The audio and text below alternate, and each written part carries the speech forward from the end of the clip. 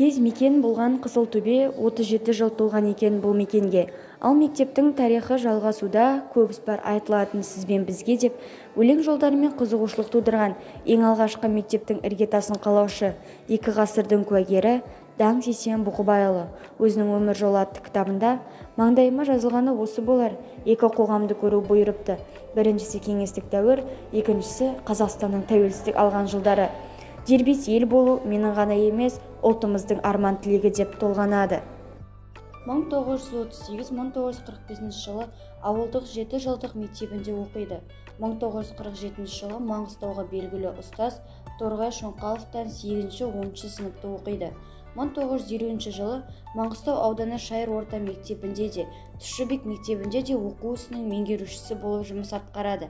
1956 жылы Атырау мұғалімдер институтында математика мамандығын бітіреді. 1957 жылы Шетпе мектебінде оқу ісінің меңгерушісі болып бекітіледі. 1960 жылының желтоқсанында Қызандағы Жанкелдин атындағы 8 жылдық мектеп директоры болады.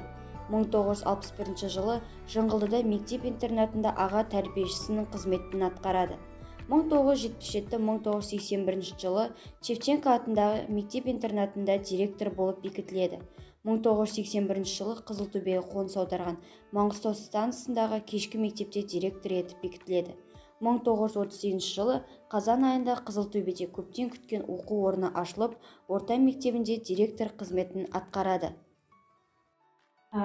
Осы мектепті, екінші орта мектептің іргетасын қалау қаншалықты қиындыққа соқты? Енді ол қиындықтар деген жұмыстың күрделілігі ғой. Әуелде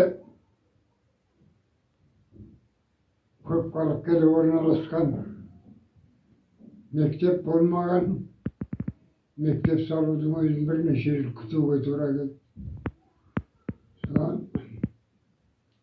міндетті түрде мектеп салу керек деген жоспарға қойып, жоспар 81 жылы мектеп салу деген мәселе жобалары жасалып,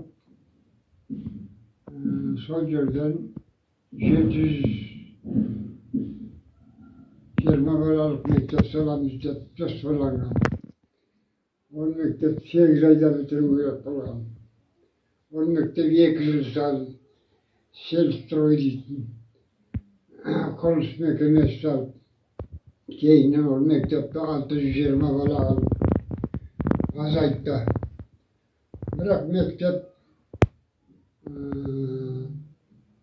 2 жылдан кейін бітіп, 84 жылы оқу басталғанда бірге ашылады делінген, ол орындалмай қалды. 84 жылдың январына береміз деп қалды. Бірақ мектептің қажетін өтеген жоқ, 836 баламен ашылды. 3-4 айдың ішінде ол бала саны 1200-ге шығып кетті. Өйткені ел келіп жатыр.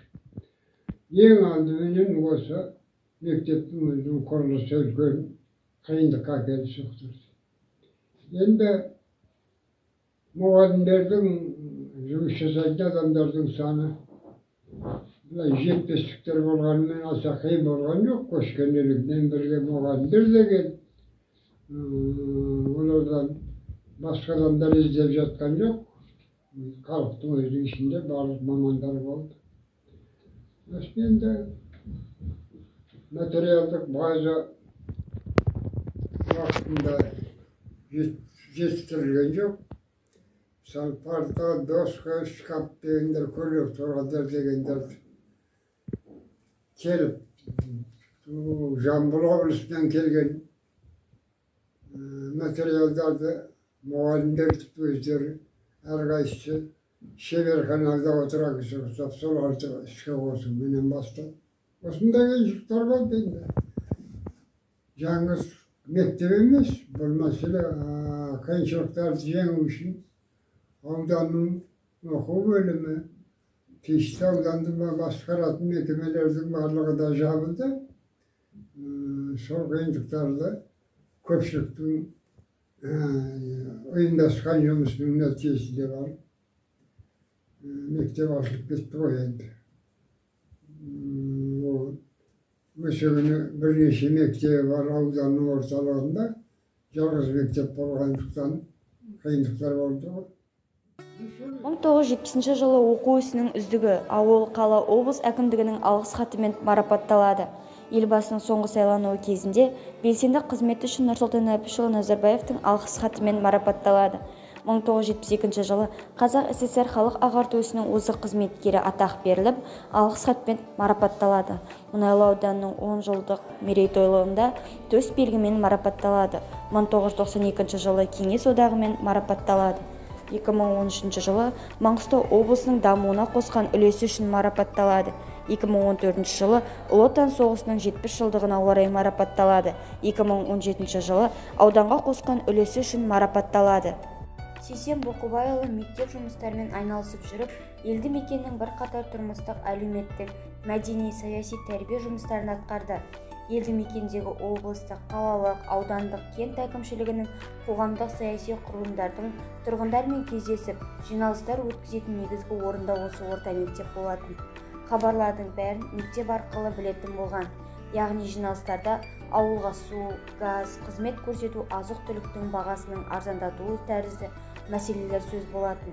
Кент депутаттарының жартысы Қызылтөбеде тұратын. Сол кездерде халықтың арқасында Сейсен Боқубайұлы депутаттыққа ілінеді. 1991-97 жылдары кент әкімдігі және кеңес төрағасы қызметін қосып атқарады.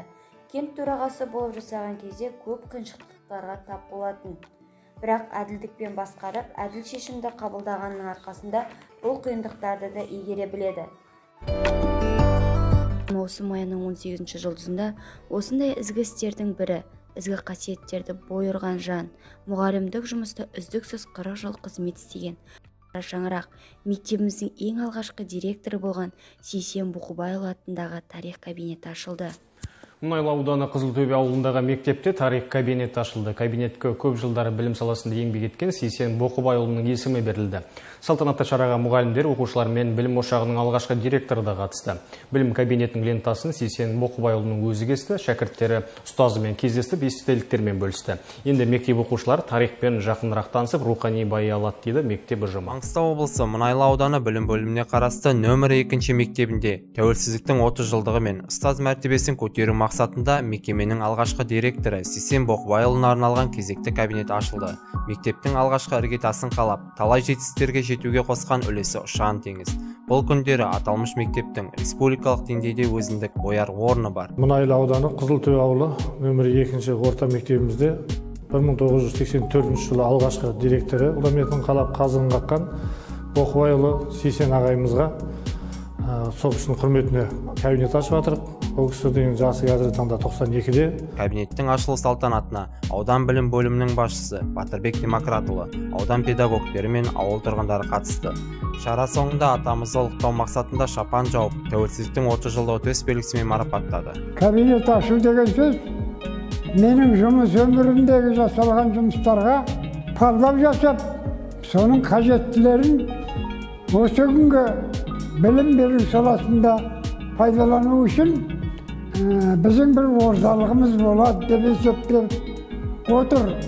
Демек, бұл мен үшін менің ұстаздық қызметімді бағалаудың белгісі деп түсінемін.